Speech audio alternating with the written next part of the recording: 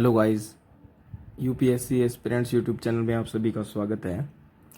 हमने पिछले वीडियो में हमने जो पॉपुलेशन ऑफ इंडिया का एक वीडियो बनाया था, उसका ही एक अगला पॉइंट है जनसंख्या घनत्व, डेंसिटी ऑफ पॉपुलेशन।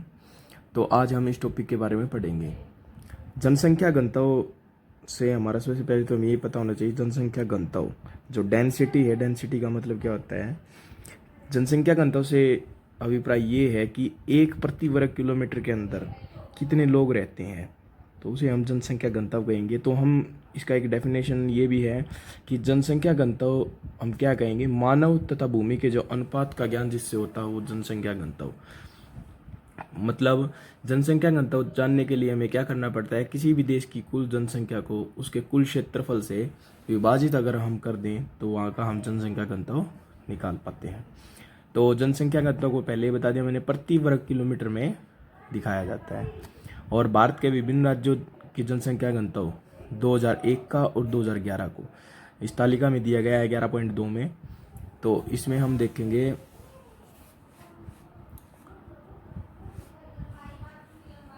तो सबसे पहले हम देखेंगे कि 2001, सबसे पहले तो ये है कि जनसंख्या घनत्व 2001 में सबसे ज़्यादा किस राज्य में था और सबसे कम था वो किस राज्य में था। तो 2001 के अनुसार हमारा जो सबसे ज़्यादा जनसंख्या घनत्व वाला राज्य था वो था हमारा पश्चिम बंगाल, जो जहाँ पे जनसंख्या घनत्व था वो था 903 प्रति वर्ग किलोमीटर। और जो सबसे कम था वो हमारा राज्य था अरुणाचल प्रदेश, जिसका जनसंख्या घनत्व 13 प्रति वर्ग किलोमीटर था।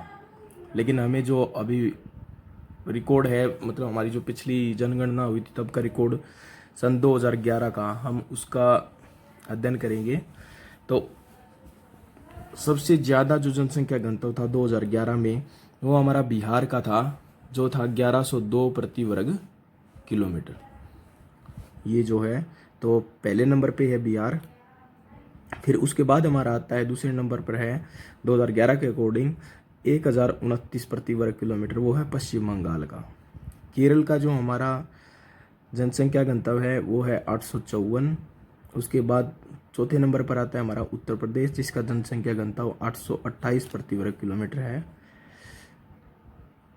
पांचवें स्थान पर हमारा राज्य रहेगा वो है हरियाणा। हरियाणा का जनसंख्या घनत्व 2011 के अनुसार हमारा 573 प्रति वर्ग किलोमीटर है। छठे स्थान पर रहेगा वो, उसके बाद रहेगा हमारा तमिलनाडु, जिसका जनसंख्या घनत्व 555 प्रति वर्ग किलोमीटर है। सातवें स्थान पर हमारा है पंजाब, 550 प्रति वर्ग किलोमीटर। आठवें स्थान पर जो हमारा राज्य है वो है झारखंड, जिसका जनसंख्या घनत्व 414 प्रति वर्ग किलोमीटर है। जो 9वें स्थान पर हमारा जो रहेगा वो है असम, जिसका 397 प्रति वर्ग किलोमीटर जनसंख्या घनत्व है। उसके बाद हमारा आता है गोवा, जिसका जनसंख्या घनत्व 394 प्रति वर्ग किलोमीटर है, जो 10वें नंबर पर है। जो 11वें स्थान पर है जो हमारा राज्य वो है महाराष्ट्र, जिसका जनसंख्या घनत्व 365 प्रति वर्ग किलोमीटर है। 12वें स्थान पर जो है हमारा त्रिपुरा है, जिसका जनसंख्या घनत्व 350 प्रति वर्ग किलोमीटर। इसके बाद आता है हमारा आंध्र प्रदेश,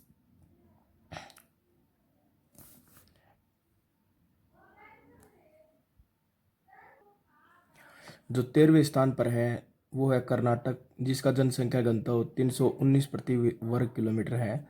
उसके बाद आंध्र प्रदेश और गुजरात दो एक ऐसे राज्य हैं जिनका जनसंख्या घनत्व 2011 के अनुसार 308 प्रति वर्ग किलोमीटर है। ये दोनों हमारे 14वें स्थान पर जनसंख्या घनत्व के मामले में आते हैं। इसके बाद जो 15वें स्थान पर है वो हमारा उड़ीसा, जिसका जनसंख्या घनत्व 269 प्रति वर्ग किलोमीटर है।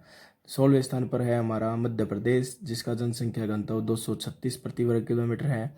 इसके बाद आता है हमारा राजस्थान, जिसका जनसंख्या घनत्व 201 प्रति वर्ग किलोमीटर है। उत्तराखंड और छत्तीसगढ़, ये दो एक ऐसे राज्य हैं जिनका 2011 के अनुसार जनसंख्या घनत्व बिल्कुल सेम था, 189 प्रति वर्ग किलोमीटर। ये हमारे 18वें स्थान पर आते हैं।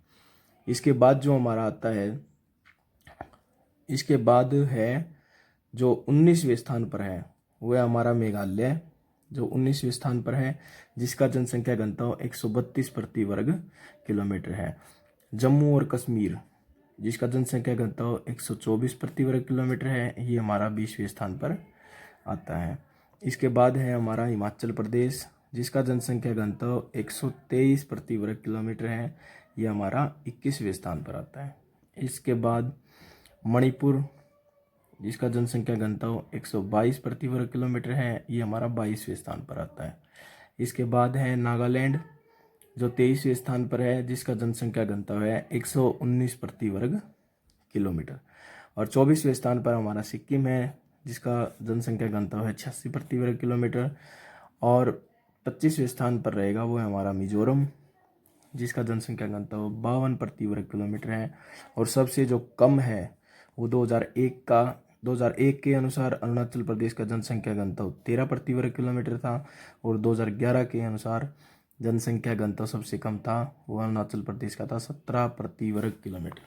तो इसमें जो मेन इंपॉर्टेंट टॉपिक है वो हमने देख ही लिया कि अगर हम 2001 की बात करें तो सबसे जो अधिकतम जनसंख्या घनत्व वाला जिला था वो हमारा पश्चिम बंगाल था, जिसमें जनसंख्या घनत्व था 903। और अगर 2011 की बात करें तो सबसे ज़्यादा जो जनसंख्या घनत्व वाला जिला था वो था बिहार, जिसका जनसंख्या घनत्व 1102 प्रति वर्ग किलोमीटर। और सबसे कम, वो चाहे 2001 हो या 2011 हो, वो अरुणाचल प्रदेश ही है। 2001 में ये 13 प्रति वर्ग किलोमीटर था अरुणाचल प्रदेश का जनसंख्या घनत्व, और 2011 के अनुसार था वो 17 प्रति वर्ग किलोमीटर था। इसके बाद हम देखते हैं केंद्र शासित प्रदेश जो हमारे हैं। केंद्र शासित प्रदेशों में जनसंख्या घनत्व क्या है, ये हमारा 2001 के अकॉर्डिंग है और ये हमारा 2011 के अकॉर्डिंग। तो सबसे पहले हम देखेंगे सबसे ज़्यादा जो जनसंख्या घनत्व था वो 2001 में किसका था, तो हमारा दिल्ली का था 9340 प्रति वर्ग किलोमीटर। और दिल्ली का आज के 2011 के टाइम भी सबसे ज़्यादा था 11,297 प्रति वर्ग किलोमीटर। उसके बाद हम बढ़ते हैं चंडीगढ़। चंडीगढ़ का जो 2001 के अकॉर्डिंग था वो था 7,900 प्रति वर्ग किलोमीटर, और जबकि अब 2011 के अकॉर्डिंग इसका है 9,252 प्रति वर्ग किलोमीटर। उसके बाद तीसरे नंबर पर हमारा है पुदुचेरी। पुदुचेरी का जो 2001 के अनुसार था वो था 2,034 प्रति वर्ग किलोमीटर, और आज के टाइम 2011 के टाइम, सॉरी आज के टाइम नहीं, 2011 के टाइम भी इसका जो जनसंख्या घनत्व है वो 2,034 ही है। तो बिल्कुल सेम इन्होंने पूरे 10 साल में भी अपना जनसंख्या घनत्व है वो पूरा एक्यूरेट बना के रखा है, सेम बना के रखा है। लक्षद्वीप का जो जनसंख्या घनत्व था 2001 के अनुसार वो था 1895 प्रति वर्ग किलोमीटर, और 2011 में ये बढ़ के 2013 प्रति वर्ग किलोमीटर हो गया। दमन और दीव की बात करें तो 1413 प्रति वर्ग किलोमीटर 2001 में था, और 2011 में 2169 प्रति वर्ग किलोमीटर। दादर और नगर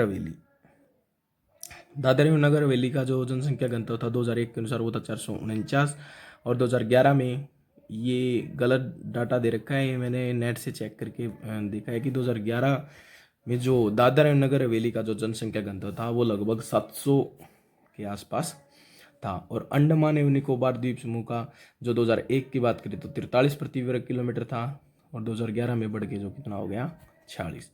और अगर भारत की हम एवरेज बात करें तो 2001 में जो जनसंख्या घनत्व था 324 प्रति वर्ग किलोमीटर था, और 2011 में ये बढ़कर 382 प्रति वर्ग किलोमीटर हो गया। तो इसमें सबसे कम की अगर बात करें तो अंडमान निकोबार द्वीप समूह में रहा है, 2001 हो चाहे वो 2011 हो। और सबसे ज़्यादा जो केंद्र शासित प्रदेश में सबसे ज़्यादा जनसंख्या घनत्व वाला जो भी प्रदेश था केंद्र शासित प्रदेश वो हमारा दिल्ली रहा। 2001 की बात करें तो 9,340 प्रति वर्ग किलोमीटर, और अगर हम 2011 की बात करते हैं तो 11,297 प्रति वर्ग किलोमीटर यहाँ का जनसंख्या घनत्व रहा है। तो फिगर 11.2 को देखने से हमें यही ज्ञात होता है कि भारत के बड़े राज्य में बिहार की जनसंख्या घनत्व सबसे अधिक है। बिहार में कितना है 1102 प्रति वर्ग किलोमीटर, पहले मैंने बता दिया।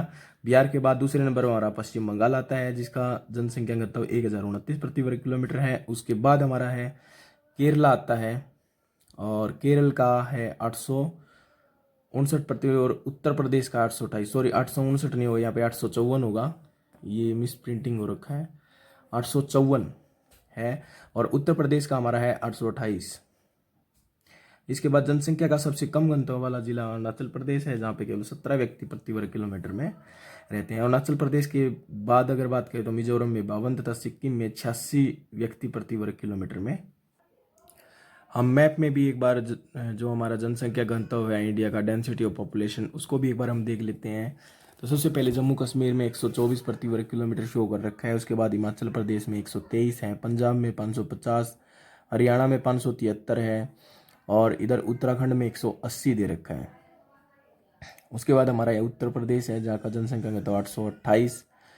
इधर हमारा ये राजस्थान है, राजस्थान में जनसंख्या घनत्व 201। ये प्रत्येक राज्य के दे रखे हैं, गुजरात का 308, महाराष्ट्र का 365, मध्य प्रदेश का है वो दे रखा है 236।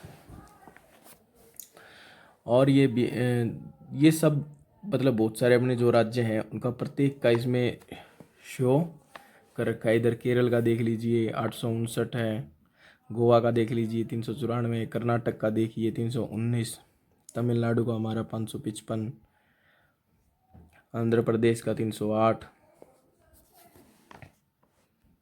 इसके बाद उड़ीसा का दे रखा है 269। तो ये सब है। पश्चिम बंगाल का जो सबसे ज़्यादा है, बिहार का है 1102, दूसरे नंबर पर पश्चिम बंगाल है, वो है 1029। तो ये सभी राज्य हमारे मैप के अंदर दे रखे हैं। उसमें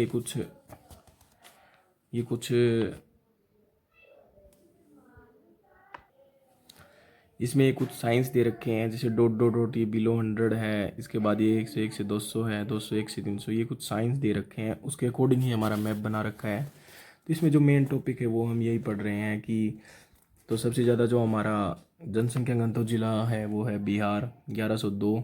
ये यहाँ पे मैंने शो कर रखा है, बिहार मैक्सिमम और डेंसिटी ऑफ पॉपुलेशन। और जो सबसे कम रहेगा ये हमारा अरुणाचल प्रदेश है, जहाँ का जनसंख्या घनत्व 17 प्रति वर्ग किलोमीटर है।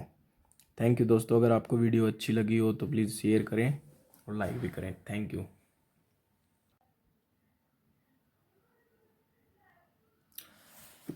अब जो अगला टॉपिक है जो हम करेंगे वो हमारा रहेगा साक्षरता दर, लिटरेसी रेट। तो जो साक्षरता है वो किसी भी देश के विकास के लिए बहुत ही ज़रूरी है। अगर वहाँ की लोग हैं या जनसंख्या है अगर अधिक साक्षर होगी, वहाँ की साक्षरता रेट मतलब बहुत ज़्यादा होगी, तो उससे क्या होगा, वहाँ पे जो क्राइम है वो भी बहुत कम होगा, सब लोग पढ़े लिखे होंगे और कोई भी वहाँ पे गरीब नहीं रहेगा, क्योंकि सभी को रोज़गार मिला होगा, साक्षर व्यक्तियों को। और साक्षरता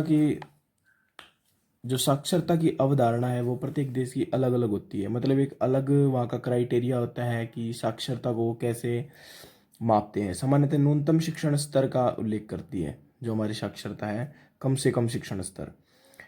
तो साक्षरता क्या करता है कि जो सामाजिक और सांस्कृतिक विकास, साक्षरता क्या है, साक्षरता एक सामाजिक विकास भी करता है लोगों का, सांस्कृतिक विकास, राजनीतिक उनके प्रति क्या जागरूकता है, और इसके द्वारा ही कोई भी व्यक्ति जो साक्षर होता है वो एक विशेष उसमें गुण आ जाते हैं, व्यावसायिक योग्यता अर्जित कर लेता है वो। तो एक तरह से परिवर्तन की प्रक्रिया भी हम इसको साक्षरता को कह सकते हैं। तो जनगणना 2011 के अनुसार क्या है, साक्षरता क्या है, समझ के साथ किसी भी भाषा को पढ़ने तथा लिखने की जो क्षमता होती है वो इन्होंने 2011 में एक डेफिनेशन दी है। जो साक्षरता समझ के साथ साथ किसी भी भाषा को, चाहे हमें वो पढ़ना आता हो और साथ साथ उसको लिखने की जो क्षमता है वो उसको हम साक्षरता कहेंगे। और 6 वर्ष से कम आयु के बच्चों को साक्षरता निर्धारित करने के लिए सम्मिलित नहीं किया जाता। 6 वर्ष से जो छोटे बच्चे हैं उनको इसके अंदर सम्मिलित नहीं करेंगे, चाहे वो पढ़ना और लिखना जानते भी हों। साक्षरता क्या होता है, किसी भी राष्ट्र की नवजातीय समूह अथवा समुदाय के सामाजिक, आर्थिक, सांस्कृतिक व्यवस्था को क्या करती है, प्रतिबिंबित करती है। साक्षरता का जो मुख्य लाभ क्या होता है क्योंकि इससे क्या होगा, साक्षर लोग होंगे तो वहाँ पे जो रोजगार होगा वो उन सभी को मिलेगा, तो अधिक से रोजगार के अवसर प्रदान हो जाते हैं। साक्षर तथा शिक्षित व्यक्तियों का जो व्यक्तित्व है वो बेहतर हो जाता है, उनका लिविंग स्टैंडर्ड है वो बढ़ जाता है, ये दूसरों से अच्छी तरह से प्रभावित, अच्छे से बात करते हैं एक दूसरे को, क्राइम वगैरह है, चोरी डकैती, ये सब कुछ जो पढ़े लिखे आदमी होंगे, साक्षर आदमी होंगे, वो ऐसा काम कभी भी नहीं करेंगे। साक्षरता दर अनेक सामाजिक, सांस्कृतिक, राजनीतिक तथा भौतिक कारकों द्वारा क्या होती है, प्रभावित होती है। और भारत में सन 1951 से 2011 तक साक्षरता प्रतिशत तालिका 11.5 में दर्शाई गई है। तो जो भारत की साक्षरता दर थी सन 1901 की अगर हम बात करें, तो उस टाइम जो साक्षरता दर थी वो हमारी थी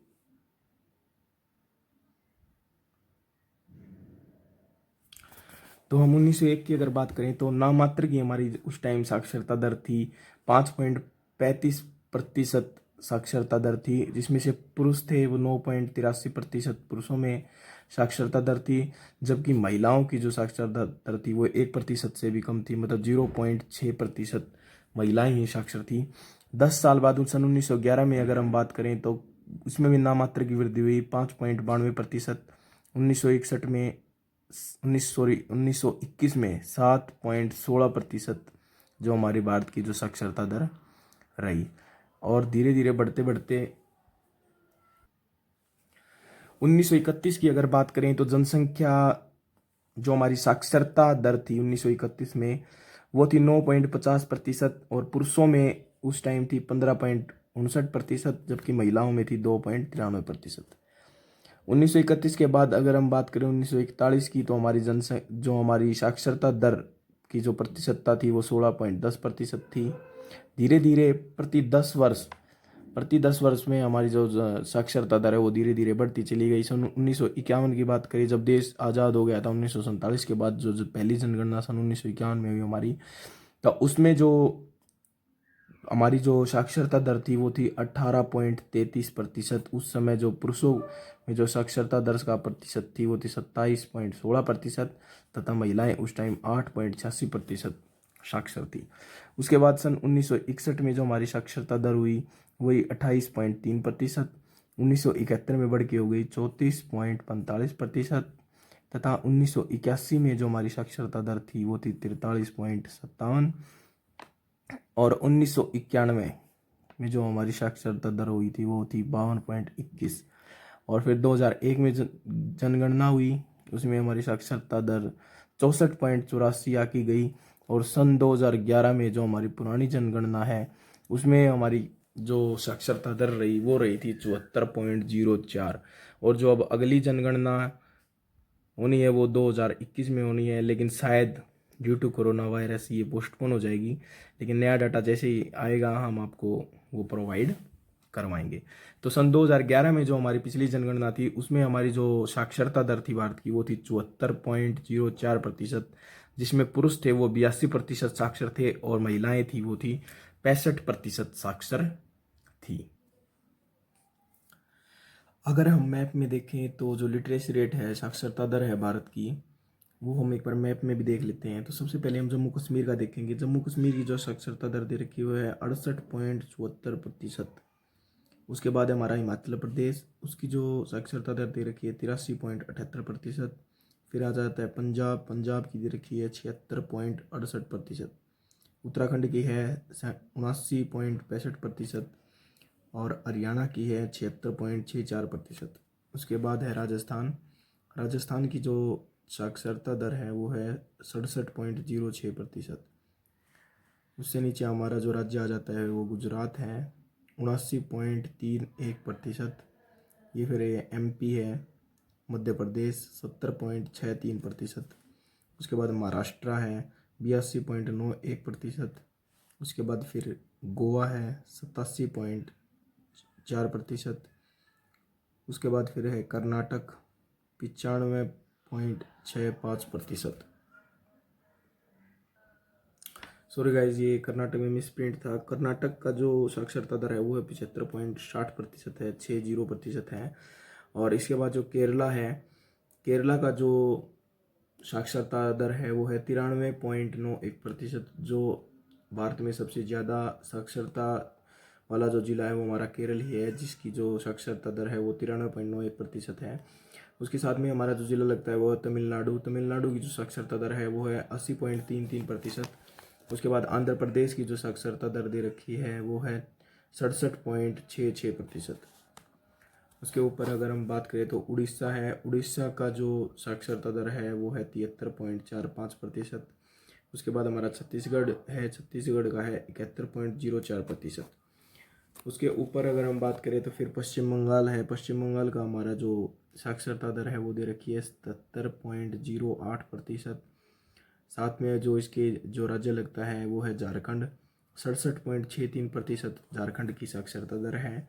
और बिहार की जो साक्षरता दर है वो सबसे कम है और वो है 63.82%। बिहार की सबसे कम साक्षरता दर वाला जिला है। उसके बाद हम बात करेंगे यहाँ पे असम की। असम की जो साक्षरता दर है वो है 73.18। और उसके नीचे जो राज्य लगता है वो हमारा है मेघालय, उसकी जो साक्षरता दर है वो है 75.48%। सबसे जो ऊपर है जो पूर्वी जिला हमारा वो है अरुणाचल प्रदेश, इसकी साक्षरता दर है 66.95%। उसके जो नीचे राज्य लगता है हमारा वो है नागालैंड, नागालैंड की जो लिटरेसी रेट है वो है 80.11%। उससे नीचे आता है मणिपुर, मणिपुर की जो लिटरेसी रेट रहेगी वो है 79.85%। उससे नीचे हमारा जो मिजोरम है उसकी जो लिटरेसी रेट है वो है 91.58%। और उसके बाद है 87.75%, वो है त्रिपुरा की लिटरेसी रेट। तो ये मैंने मैप में आपको जो हमारे भारत की साक्षरता दर है उसके बारे में मैंने आपको बता दिया है। और ये पूरा लिस्ट भी दे रखी है इधर कि पहले नंबर पर जो हमारा लिटरेसी रेट के मामले में आता है वो है केरल, जिसकी जो साक्षरता दर है वो है 93.91%। दूसरे नंबर पर हमारा लक्षद्वीप है जिसकी 92.28% है। तीसरे नंबर पर मिजोरम आता है 91.58%। इस प्रकार से आप ये देख भी सकते हैं राज्य के अनुसार, प्रत्येक राज्य के अनुसार प्रत्येक राज्य की और जो हमारे केंद्र शासित प्रदेश हैं उनकी भी इसके अंदर जो लिटरेसी रेट है वो अकॉर्डिंग टू परसेंटेज दे रखी है। जैसे हमारा पुदुचेरी है उसकी 86.55% दे रखी है। चंडीगढ़ है, चंडीगढ़ की 86.43 दे रखी है। जो हमारी राष्ट्रीय राजधानी क्षेत्र दिल्ली है उसका 86.34 दे रखी है। अंडमान निकोबार समूह में 86.27 दे रखी है। दादर एवं नगर हवेली है 77.65% दे रखा है। तो इस प्रकार से ये प्रत्येक हमारे राज्य और केंद्र शासित प्रदेश इन सभी की जो साक्षरता दर है वो सभी इसमें पूरा लिस्ट बना के ये दे रखी है, अब आप पढ़ सकते हो। और जो भारत की जो एवरेज अगर हम बात करें तो भारत की जो साक्षरता दर है वो 74.04% है अकॉर्डिंग टू 2011। थैंक यू दोस्तों, अगर आपको वीडियो अच्छी लगी हो तो प्लीज़ शेयर करें और चैनल को सब्सक्राइब भी करें और लाइक करें। Thank you.